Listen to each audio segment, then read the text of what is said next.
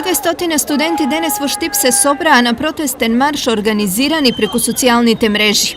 Собравме за да изразиме незадоволност од предлог законот на владата на Република Македонија, да кажеме дека со овој закон само ќе доведат до револт на студентите. Ова не е фер, не е мерило на знаењето со еден државен испит да се контролира знаењето на секој студент. Студентот е изманипулиран и е потценет.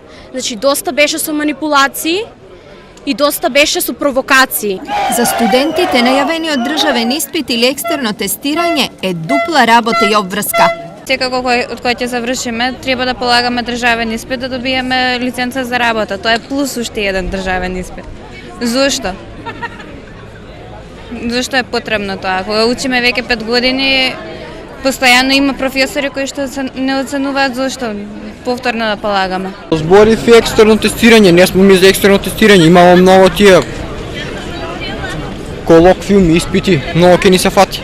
Сепак, иако на протестите беа најавени околу 15.000 студенти, денес во Штип се собраа од 200. Дали студентите се плашат или на повеќето не им смета екстерното тестирање? Се плашат бидејќи знаеме што се случува. Знаеме дека можам утре јас да паднам на испит, може да ми избркаат од факултет. Затоа се плашат. Зад денешните протести не застана студентскиот парламент, најголемата студентска организација на Угада, зашто нивна проценка е дека во најавениот испит нема ништо спорно.